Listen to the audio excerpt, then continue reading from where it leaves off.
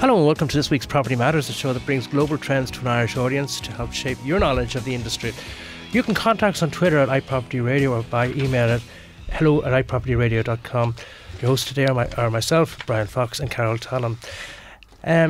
Carol. Well, before we get started, we'll just take a look at some of the bigger stories this week.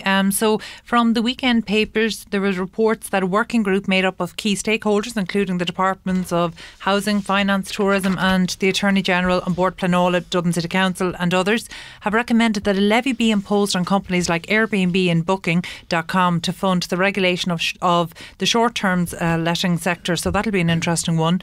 Also, the volume of active construction sites across Dublin City has plummeted by almost 40% over the past 12 months. And also, just in breaking news, over the last 24 hours, over 1,700 affordable homes will be built on council sites thanks to a new allocation of funds from Housing Minister Owen Murphy. OK, and the rental tenancy boards have threatened to take legal action if Take the City Back protest in its office again. Take back the city, should I say. Sinn Féin proposed a plan to ban controversial co-living developments, and building on Bay could help the environment.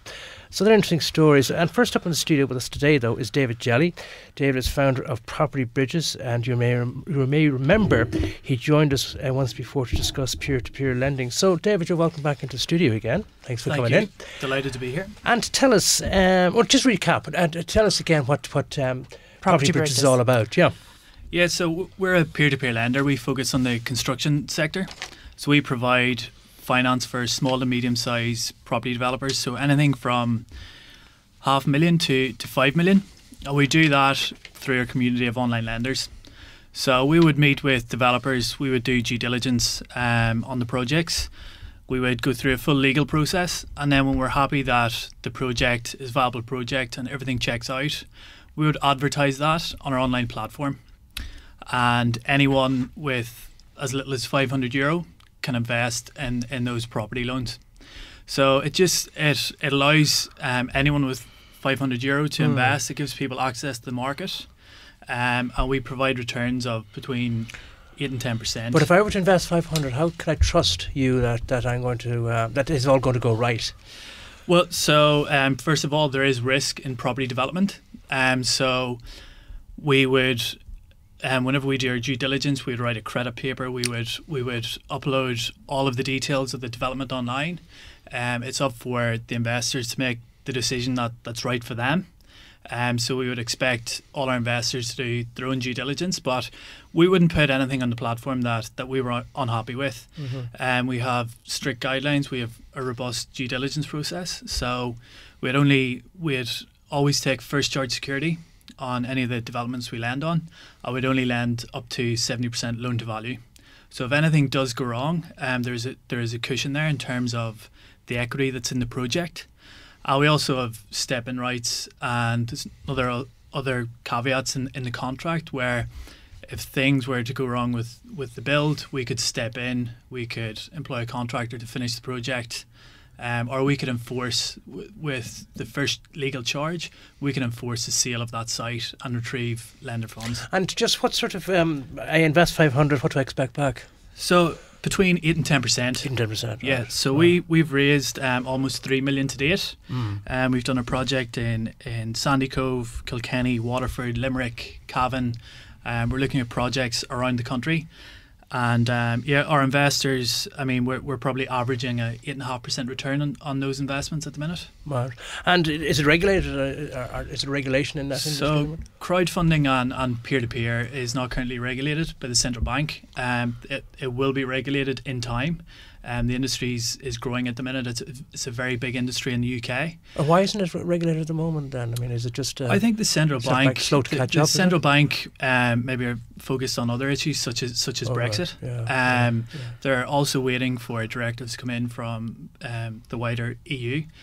So it's... And I think it's fair to say that actually there's just a certain lag period which is to be expected, because this is a relatively new phenomenon, crowdfunding. So I mean, crowdfunding has been around certainly for, a decade at least, but I think crowdfunding for property development, so at a slightly larger scale, that's relatively new. What in the UK, the first one we would have seen would have been in the last 4 years? Yeah, that's correct. So Zopa were the peer-to-peer pioneers. So they set up a platform. So essentially where peer-to-peer originated was a couple of ex-bankers from Zopa. They were frustrated that if they get a loan at a bank, they're being charged over 10% interest. But if they had savings in the bank, they're maybe getting 2 or 3% interest. This is back in 2005. You'd be lucky to get 2 or 3% now. You'd be lucky to get it now. Yeah, 1% maybe. Yeah. You certainly would. So they thought in the advent of the internet that if they set up an online platform and removed the middleman, removed the bank, and let people lend to people peer-to-peer, that's where it originated. And then since the global financial crisis in 2009, when banks stopped lending to businesses, a company called Funding Circle in the UK started providing loans to businesses through their online platform. And closer at home, Linked Finance set up in around 2013. And then in the UK, you would have Lend Invest, who are certainly the market leaders in the real estate side. But there are a number of other real estate providers in the UK that are focused on different areas of the market. So the UK is definitely a very mature market. And we would have set up our platform in line with best practice in the UK. Was Property Bridges the first crowdfunding platform for property developers and property builders in Ireland? Yeah, so we're one of the first. So Linked Finance are obviously the pioneers in Ireland for the peer-to-peer market. They're definitely the biggest players in town, and then there's a couple of others in SME space, SME financing, invoice financing, and property as well. Okay, and you mentioned you've raised 3 million to date. When did your first funding round go live? So we launched the business in October 2018. Our first loan went live a couple of weeks after that. So our first loan was for a single house build in Sandycove in Dublin. Yeah. Our second loan then a few weeks after that was for 6 social houses in County Kilkenny. Okay. And since then, we've grown our lender base. So we've over 2,000 lenders now on the platform. So obviously people were very responsive to you. Yeah, we're blown away by the demand that we got from lenders. But if you look at it, I mean, there is a culture in Ireland that people are very interested in property. You can't lift up a paper without reading about property like every day of the week. But at the same time, people are reluctant as part of their money as well. I mean, I'm actually quite stunned at your success to date. So, the property market, it's hard to get access to for a lot of people. And then the government as well have been coming down on landlords. Yeah. So if you look at ways to access the property market, I guess the traditional route would have been owning a buy-to-let property and renting it out. But there's huge commitment in that. I mean, you might have to save up a deposit of 30%, could be 100 grand. You have to manage that property. There's more and more regulation coming in all the time. So with us, we let people invest from anywhere from €500 to 100,000. Okay. We manage the loan from start to finish. So we don't just the developer would never draw down the full amount on day one. We would monitor the project as it's ongoing. Is there a time span involved? So it's typically between 6 months and 2 years. Have you had any investors cash out of projects at this stage? I know you're only in the market kind of just less than a year. So our first 2 loans, the term was 12 months. Okay. So we expect those loans to be paid back in around the end of the year. And are those projects on track budget wise? Yeah, they're on track both budget wise and timescale. Okay. Yeah. Are you making the banks nervous, do you think? I don't see it as a zero-sum game. Yeah. The banks, I think the market is a lot more segmented now. So the banks would still lend on very large projects, but for the space we're in of under 5 million, Oh yeah. The banks aren't really taking much of an interest at the moment. So we think there's room for different types of lenders in different segments of the market. That's certainly true. And I mean, alternative development finance is something that we've covered here on the show before. And typically what we're looking at, say, for the home builder's point of view, can be anywhere between 11 and 17%. So I understand what lenders are getting from you, but for the borrowers, what are they paying? Yeah, so there'd be an arrangement fee involved, and an exit fee, and that would be market standard. So we look at other lenders, the banks, the other alternative lenders, what they're charging, and then we would charge interest on drawdown. So the borrowers could be paying anywhere between, on the money, a few percent on arrangement and between 8 and 10% on drawdown then on the funds. Okay, so you're kind of coming in, in the middle of the alternative developers range. Yeah, so we wouldn't be as as competitive as the banks when it comes to the interest rate on drawdown. But then there's others in the market where we would be more competitive then. And if a lender, say, got into, say, financial trouble 6 months into a year term loan, are they penalised for pulling out? Or can they pull out? Lenders, so they can't pull out until the end of term. Yeah. But the money's committed at that stage. That's the point, yeah. The money's committed. So they have to be fairly certain that this money is, that they don't need it. Exactly. So all our lending's short term anyway. So 6 months to 2 years. Okay, and you've been involved in the provision of social housing or the funding of social housing as well?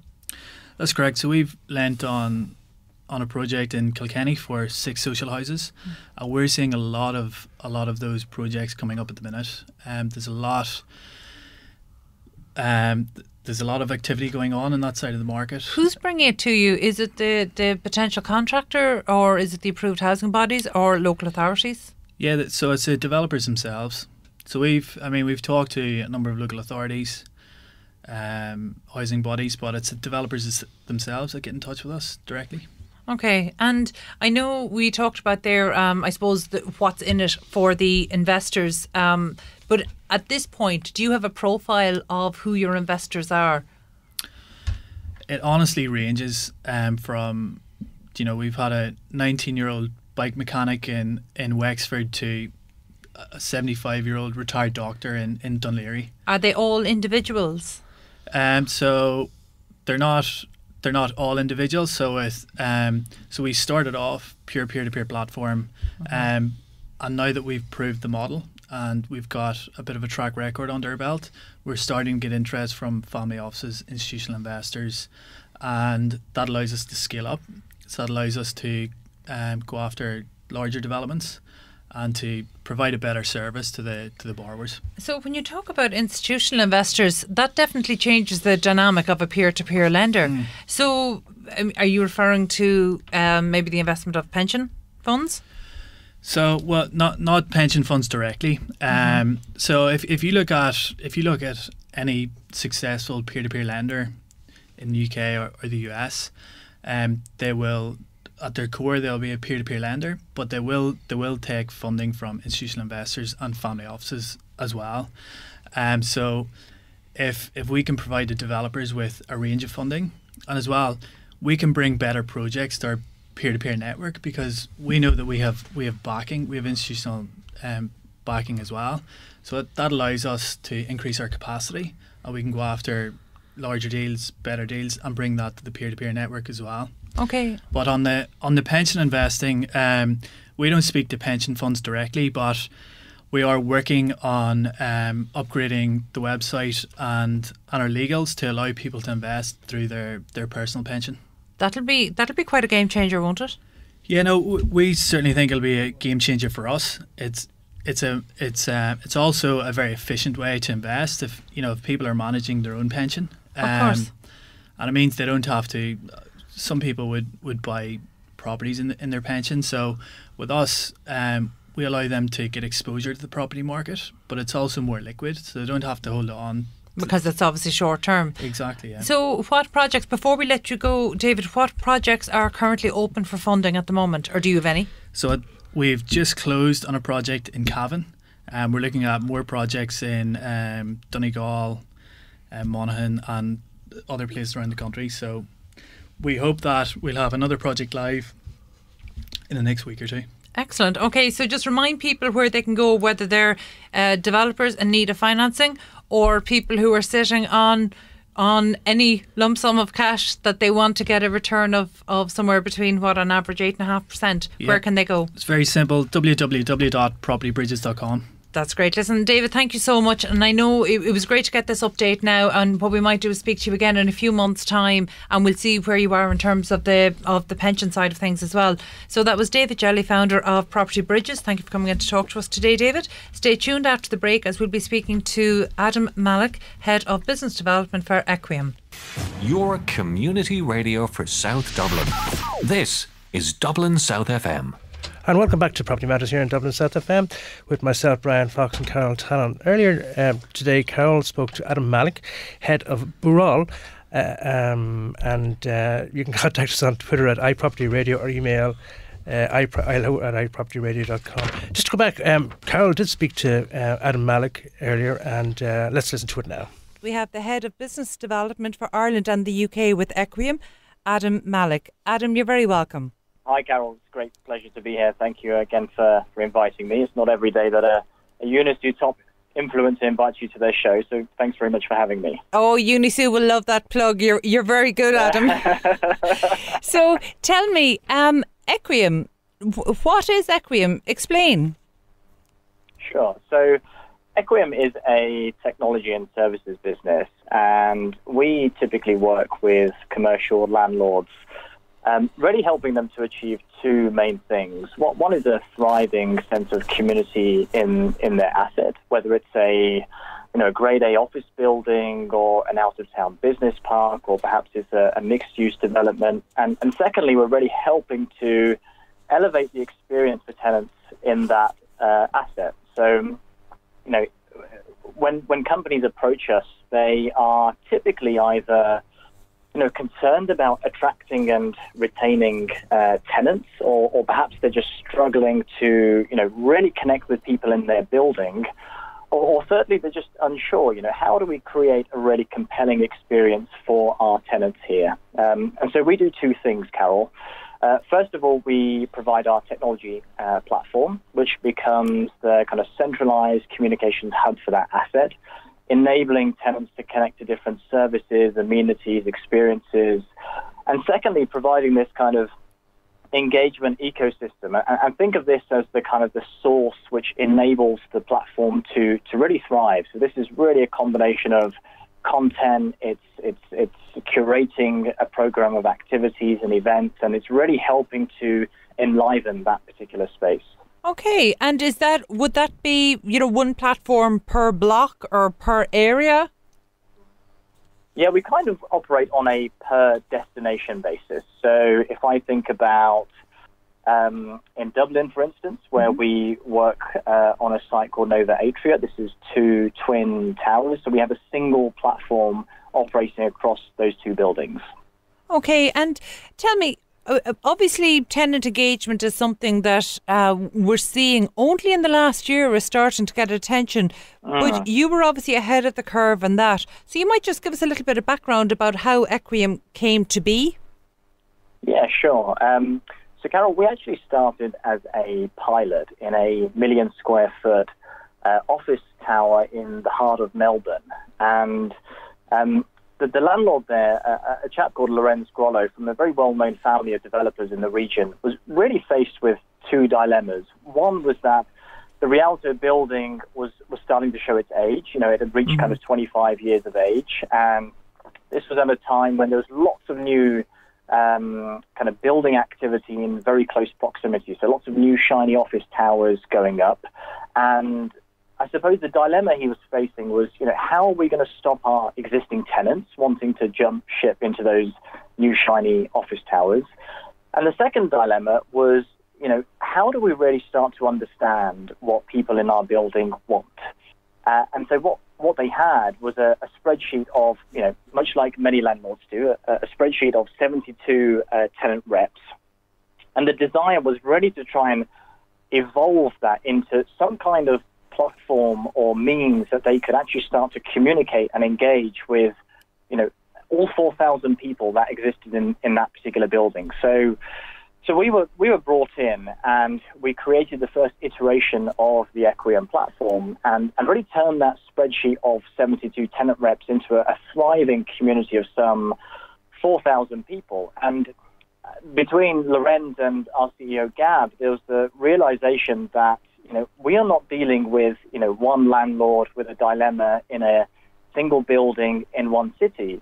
What we're really dealing with here is a global real estate problem affecting landlords, arguably in every major city across the world. Absolutely. That's really interesting to hear about this being deployed and piloted in a 25-year-old building, because actually what we see a lot in terms of tenant engagement, it tends to be with newly built blocks, developers who are looking for a competitive advantage, or new buildings that are looking to give their tenants an increasingly superior experience. This whole movement of space as a service, you might have seen, I read there that it was referred to as the arms race of serviced offices and of office space. This quest to get ever bigger, ever shinier, ever better, ever more technological. And I think it's really interesting to see this being deployed as an early solution for an old building and use it to bring together 4,000 people. So is that done by way of a platform, a mobile first platform? Is it an app? What's the technology? Yeah, great question, Carol. So bearing in mind, we started some 8 years ago. We originally started that journey thinking of it from a kind of web perspective. So we created a web platform, and this would be branded to the look and feel of that particular asset. But over the last kind of 2 or 3 years, recognizing that people consume content in different ways, they want to engage with content in different ways. We have launched a mobile app offering as well, and that's really, Carol, just to give people choice. We don't want to narrow people down into saying you've got to do it this way. We want to offer tenants within these different environments, the opportunity to, if you're sitting at your desk and you want to book onto a yoga class, you can do it through the web platform. But you might be on the move and decide, actually, that yoga class that I had my eye on, I quite fancy that now, and using their iPhones to engage that way. So it's really about offering people the option for both. And I think what the kind of the separate point to this, Cal, is that the technology on the face of it is, a kind of platform accessible via these two means.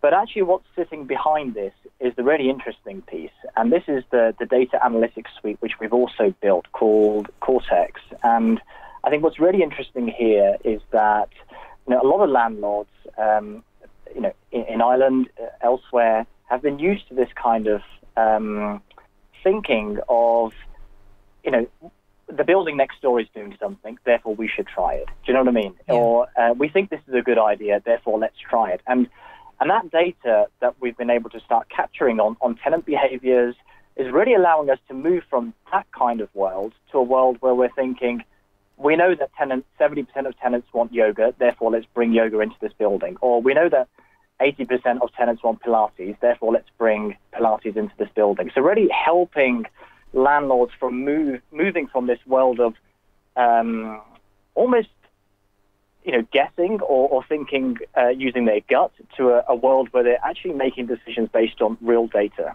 Yeah, and so I think it's really interesting. It is, and again, not just making assumptions or worse, stereotypes based on maybe Correct. The profile or demographic of the majority of the occupants.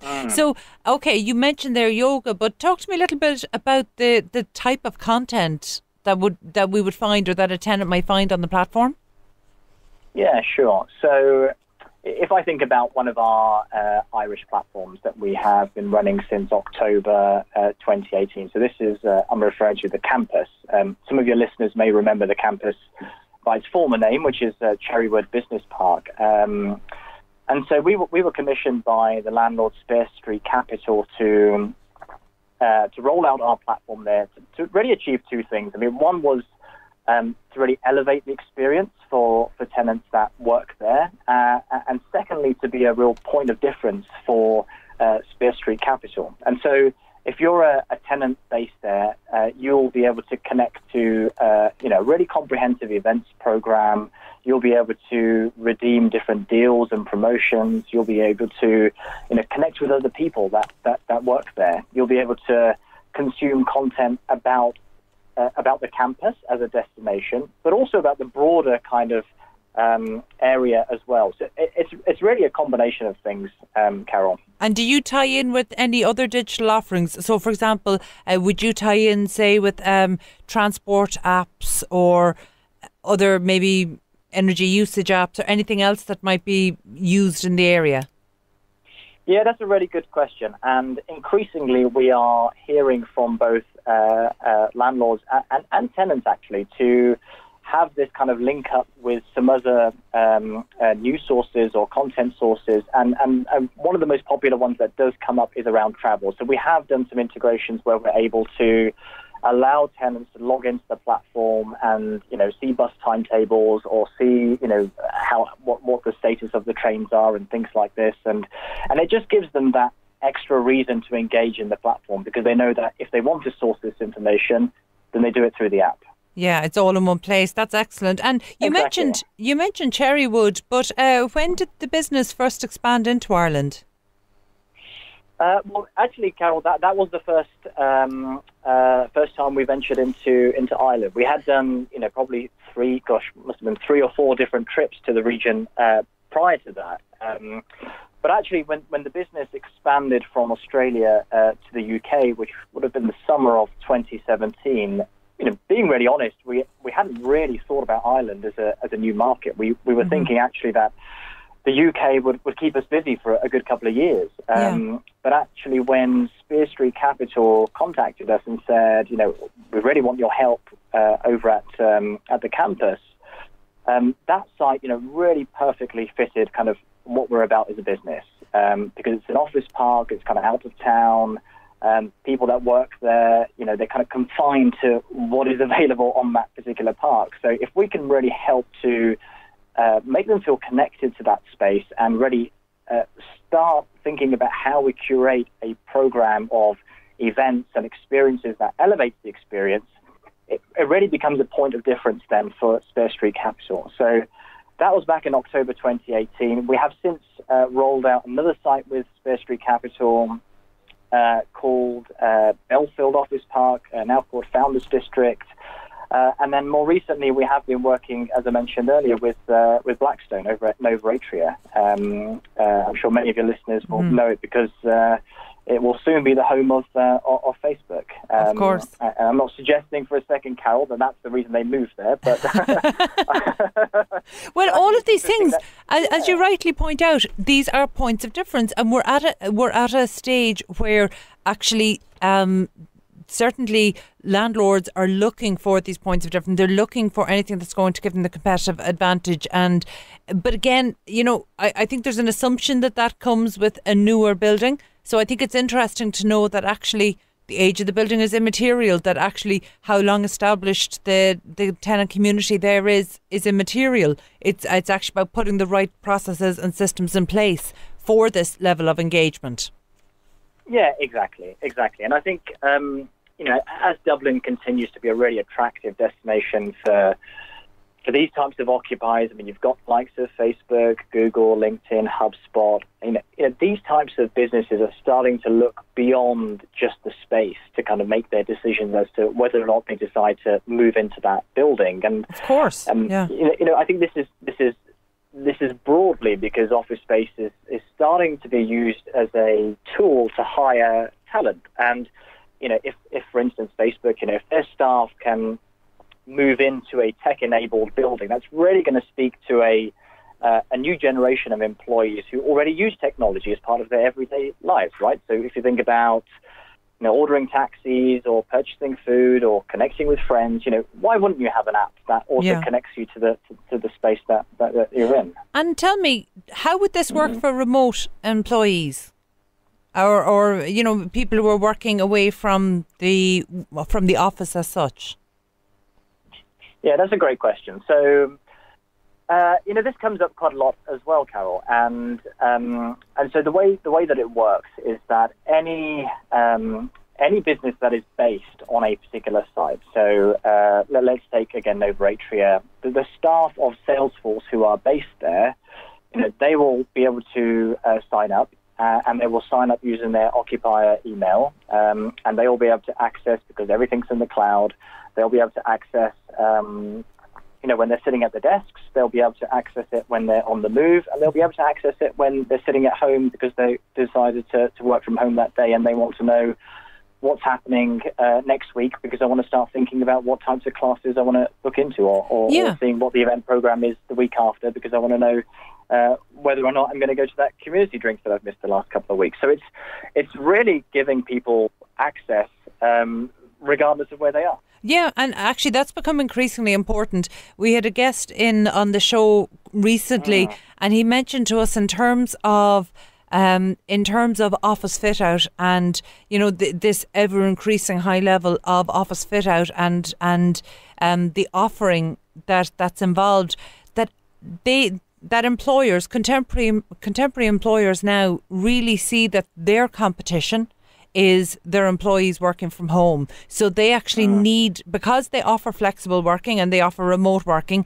they find that actually these are points of difference for their own staff to get them that they would prefer to be in the office place as opposed to working from home or from a Starbucks or wherever it happens to be.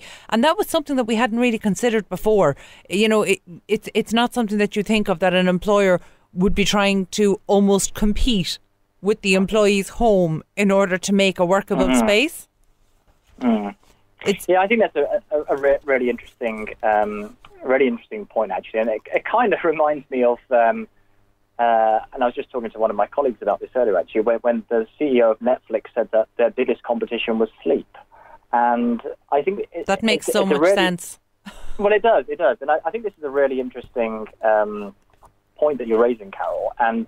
If we actually think about kind of the commercial property landscape for a second, I know Dublin is no different because you've got, I think WeWork are up to 2 sites there. You've got Huckletree, another big co-working player in the market, and companies of all sizes. Whether you're the size of Equiem, whether you're a 3-person business or a 1,000-person business. One of the reasons that WeWork, Huckletree, these other co-working players are becoming so successful is because the staff within those businesses, they want to be part of that community. They want to go into a space where they have access to these experiences, access to these services, the ability to kind of network with like-minded people, and that is the kind of the real competition, I think, for traditional landlords, is competing with that kind of experience, that kind of offering. And it's businesses like ours, I think, which are really starting to kind of, help, I think, an industry which has been so synonymous with tradition, right? How often do we hear the kind of the language, real estate is a traditional sector? And I think, businesses like ours are really helping to kind of make this fundamental shift for landlords from being so focused on B2B to suddenly being kind of B2C. So moving from being kind of traditional landlords to being sought after service providers.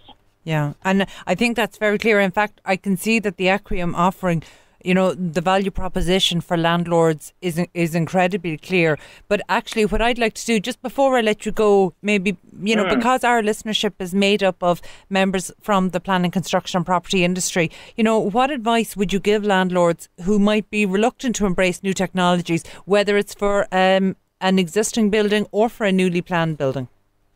Yeah, that's a really great question, Carol. I think where we are kind of broadly is, real estate as a sector is going through transformation, and this isn't going to happen overnight. And I think the reality is that digital disruption is not going to wait for anybody, and that's the harsh reality. I would suggest that for landlords listening or anyone else listening, doing something is better than doing nothing. And, whether it's, of course, we'd love it if they all came and worked with Equiem, but there are other things they can do. Maybe they can do them in-house.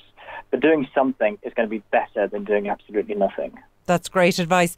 Okay, thank you so much. That was Adam Malik, Head of Business Development for Ireland and the UK for Equiem. Adam, thank you so much. My pleasure. Thank you, Carol. Broadcasting to South Dublin on 93.9. This is Dublin South FM. And this is Property Matters here in Dublin South FM with Carol Tall and myself, Brian Fox. So next up is Antony Slumbers, digital strategist and product leader in the Proptech space.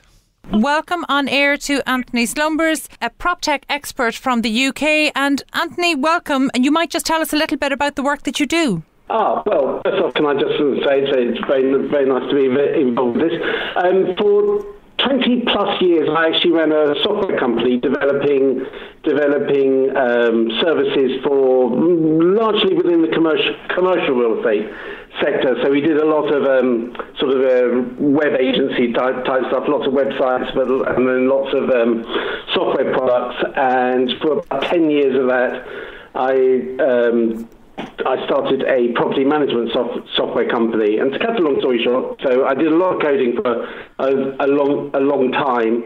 And now principally what I do is I tend to work independently now. I'm no longer doing any software development. I'm more doing strategic work with boards, mainly property management companies, investors and developers, looking at things like the wider impact of technology on the real estate sector, and looking at portfolios and what should be building, buying, selling, etc., etc., etc. And then I do partly that. I do quite a lot of writing, all at AntonySlumbers.com, and I do a lot of speaking all over the place at the moment. Of course, and that's how I would have come to know of you, through your writing. In fact, you were probably one of our primary educators here in the Proptech sector for Ireland. And I think what's really interesting is that you were involved in Proptech and you were delivering Proptech long before Proptech was a thing, long before it was popular. So you must have seen some changes.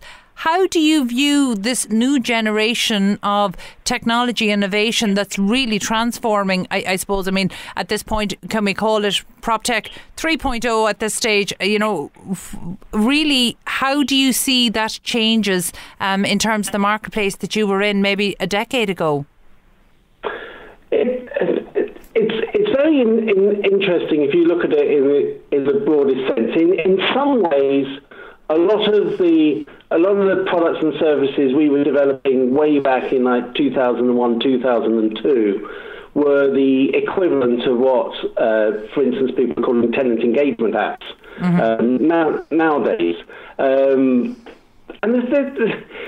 I'm not a huge believer, actually, that all that much has changed. There has been a lot of technology, obviously, around generally, and obviously within the sector for quite some time. Proptech is more of a very useful marketing handle that has enabled lots of people to coalesce under one banner, and now it is pushing a lot harder than it used to. But the reality is, I think that we're all a reflection of the wider business environment and the wider society and the wider nature of technological change. And it's the changing in the widest sense of technology that is impacting on the way we live, work and play. Because essentially, for my property management software company, from 2001 to 2008, so 7 years of that, of course, it was desktop only. There was no such thing as mobile. And in fact, there wasn't really any real mobile till about 2010, 2011. Mm-hmm. And it's the smartphone, mobility, and the cloud that I think has really made the difference amongst so many things. So it's fundamentally changed the world from one where you had to, for instance, you had to go to a shop to go shopping, and you had to go to an office to do your work, because in the office, that's where your computer was, that's where your files were, that's where all the information was. That's where all your colleagues were. That's where everything was. So you had no intention, and you had no alternative but to go there. And likewise with shops, the only place you could actually procure something, you had to go to a shop to procure it. Now, fundamentally, of course, that has totally changed, in that we no longer need to go. We don't need to go to a shop, and we don't need to go to an office, for example. So the whole retail market is changing because retailers have to make us want to go to their shops, and frankly, the office market is changing in much the same way as landlords need us to want to go to their office buildings. Yeah. And that in turn has changed the dynamic of residential and industrial and the hotel industry and essentially everything, because we are portable, we are mobile people with a 1980s supercomputer in our pocket with access to all our data wherever we are and whenever we want it. And it's that broader change that I think is really, really changing the market now. And it's got to the point where it's like all exponential curves, everything. So the Moore's law's been going for 50 years, so doubling every computer power, doubling every 18 months to 2 years. And of course, that for many, many years, that doesn't make any difference. If you're a tiny, tiny number and you double in 2 years, well, you're still a tiny, tiny number, and it takes a lot of iterations before much happens. But we've now got to a stage where things are changing very, very rapidly at a large scale, and people's capabilities are changing at a large scale. So the requirements for what do I need in terms of where I live, or what do I need in terms of where I work, or what do I need in terms of where I play or where I shop, is fundamentally different. Our whole world is moving to. I do a lot of talking and writing and consulting around the notion of space as a service, which is initially an office type thing, like the WeWorks and the like, that you just need you procure your space on an hour, a week, or a day, or a month, or whatever. But if you look at it more widely, you've got Spotify's music as a service, Netflix is TV as a service, Deliveroo is food as a service, Airbnb is a hotel room as a service, Uber is taxis as a service. The whole world is moving to an as a service dynamic.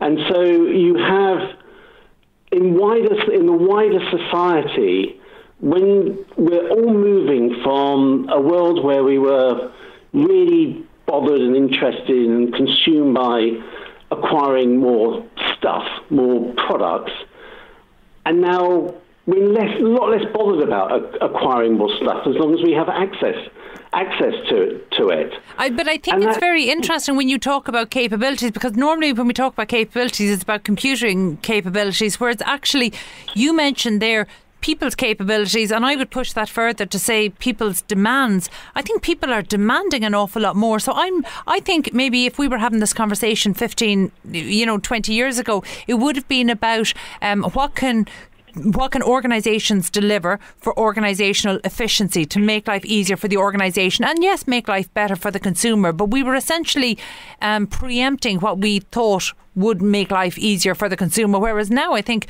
consumers are far more savvy, they're far more vocal, but they're certainly far more demanding, and that has absolutely, I think that has spawned a whole generation of Proptech solutions that are being employed here that I feel just wouldn't have even been on the radar 20 years ago, even if the technology had existed. Absolutely, and the requirements come out of the technology to a large extent. So, for instance, if you look at the history of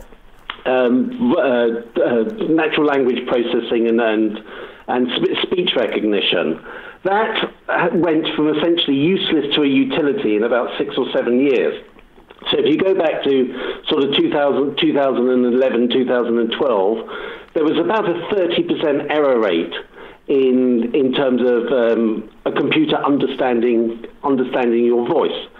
Whereas by mid-2015, that had reduced down to less than 5%, and 5% is the human level of error rate.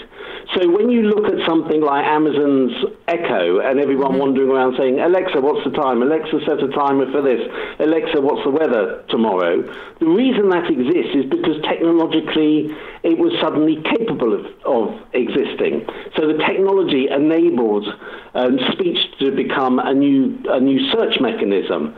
And similar things have happened with computer vision, the ability to understand the contents of photos and videos. And suddenly you actually can do lots of things, and people just go, well, why can't I just talk to this thing and say, deliver me this, or turn the temperature up, or turn it down, or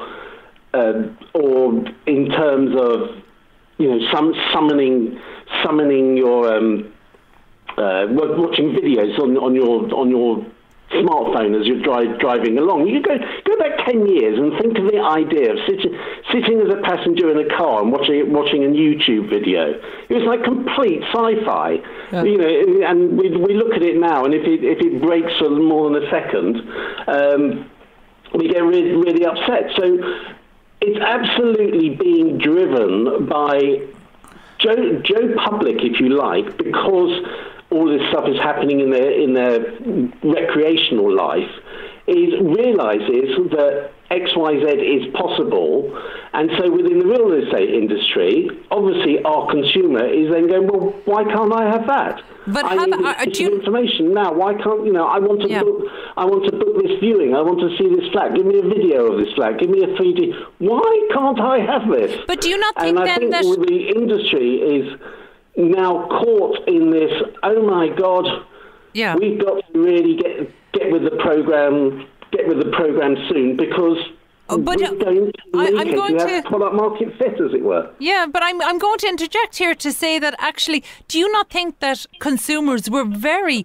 undemanding of the property industry for a long time? Because I know 4 or 5 years ago, when we were looking at how things could be done better, digitising elements of the planning, construction and property industry, and in fact there was an expectation there that yes, people expect a more on-demand, responsive type service in all other aspects of their consumer lives. And yet for property, because it was seen as this outlier, one-off, huge implications, huge risk attached, it was seen as actually almost an exception to that. So actually consumers, I feel, yes, they're more demanding now, but I feel that they were very slow to be demanding of their property service providers. And I think that's true right across the board, from people going in, sourcing a property, selling a property, how their properties were being marketed, how they were applying for finance, how they're still applying for finance in mortgages, and also in terms of their conveyancing and the level of service and the delays that still exist. From that point of view, I don't think they've been as demanding of the property industry. I think the property industry got a bit of a free pass, maybe for the past decade or more, and so what we're seeing now is a result of that catching up. I think that's absolutely true, and it's a function of the difference between needing something and wanting it. When you have to have something, so I have to have an office, or I have to use a traditional mechanism to find an apartment or a house, then you pretty much the real estate industry has got away with just giving its customer whatever it wanted. Yes. And I think there has been a bit of a resignation amongst the wider public of, it's the real estate industry, it's property, so what do you expect? And as you say, I think things get to a tipping point, and then the consumer goes, well, no, I'm not putting up with that anymore. So if you take, for instance, the office market, if you talk about good old WeWork, which everyone loves to have a moan about WeWork and all, it's all going to blow up and that sort of stuff. But you just think of the difference in perception of what an office is from now and 10 years ago. And the reason that perception has changed is, regardless of what happens to WeWork now, they completely changed the perception of what an office is. And so you've suddenly gone from, 1 or 2% of people will have ever stepped into an office which was anything other than grey, boring with desks lined up, to maybe 30, probably 40% of people have probably been into some sort of new style space now, and they go, well, what, you mean an office can be like that? Well, that's what I want. Yes, and this is, again, we've seen this particularly on the construction side. We're seeing end users, if, for example, in the data centre sector, and it's certainly in the corporate office and headquarters, we're seeing that a lot of these improvements have, of course, been driven by clients. But then where does that leave us? Before I let you go, Anthony, I really need to see where, because you've such a good perspective on this industry and such a long perspective on this industry. What's next? What do you see as the next wave of innovation that's coming down the track? You know what? I actually see the industry becoming very, very much like a barbell, in the sense of there are going to be participants in this industry who really embrace technology, embrace automation, embrace artificial intelligence, and they're looking at how they can augment their capabilities and augment their employees and create a 10x better product service. And a number of people within the wider industry in every asset class are absolutely going to crack this. And when they do crack it, they're not going to be just a little bit better than their peers. They're going to be exponentially better than their peers. And I think you're going to find in 5 years' time there will be quite an upheaval in the value chain of who's most valuable within a sector. And I think you're going to get a lot of people moving up and making a lot more money than they have done. But I also think you're going to get a lot of people moving down and making a lot less money, or actually going out of business. Because I think I think of our industry a bit like the retail industry, that there's experiential shopping, retailing, where it's fun. I will get up off my sofa and come and visit your store because your store is fabulous, and it gives me an experience I can't get anywhere else. Or I will go to your store because it's something I need on a daily basis, and it's really cheap. Everything else, frankly, I'm going to give to Mr. Bezos to sort out. So that whole middle of ordinary, average is the bit that's going to die. I think you're going to find players within the industry who are exceptional, and then players who are really good at the other end of the market, and there's going to be a whole swathe in the middle that's simply going to be taken out. Because if you really start to use all the technology capabilities that are available to us now, you can serve an awful lot of people, an awful lot more people, with the same resources than you can now. Yeah. So the best are going to hoover up a large chunk of market share, I think. And so you get a lot less fragmented industry, and as in all the other technologies, it's going to coalesce around a number of really good brands, basically serving the luxury end and the everyday end, and all the middle will get taken out. So as I say, not many people are going to be staying. Not many people are going to be in the same position they are today in 10 years' time, in 5 years' time. They're either going to be doing a lot better or a lot worse. Yeah, I think that's a really interesting point. Quite frankly, Anthony, I think we could talk about this all day. So certainly we're going to have to come back and revisit this topic. But I would say, just really as a final comment there, that what you have just said is exactly a message that was told to us about the impact of and the utilisation of BIM in the construction industry, that essentially over the next 5 years, the gap between those that embrace it and those that don't is widening to the point stage that it will be very difficult for anyone to catch up. So I think there's quite a stark warning in there for those that are still lagging behind in terms of embracing new technologies for across the planning, construction and property industry. So Antony, thank you so much, and you might just remind listeners of your website so they know where to go for lots more quality Proptech information. Okay, thank you. Well, you can find about me and pretty much everything I write on AntonySlumbers.com, and that's Antony without an H. Or you can follow me on Twitter at Antony Slumbers, and likewise you can find a lot on LinkedIn as well. Okay, Antony, thank you very much. And that's it from us today. Thank you for joining us on Property Matters, the show where property matters. Get in touch with the show by emailing hello@iPropertyRadio.com or on Twitter at iPropertyRadio. Okay, we'd like to thank all of our guests for joining us here today. Also thanks to Shane Flynn, who was on sound, and our producer Katie Talon. We're back at the same time next week. Stay tuned for Bowl of Soul, which is coming up next, from myself, Carol Talon, and Brian Fox. Have a great week. Have a great week.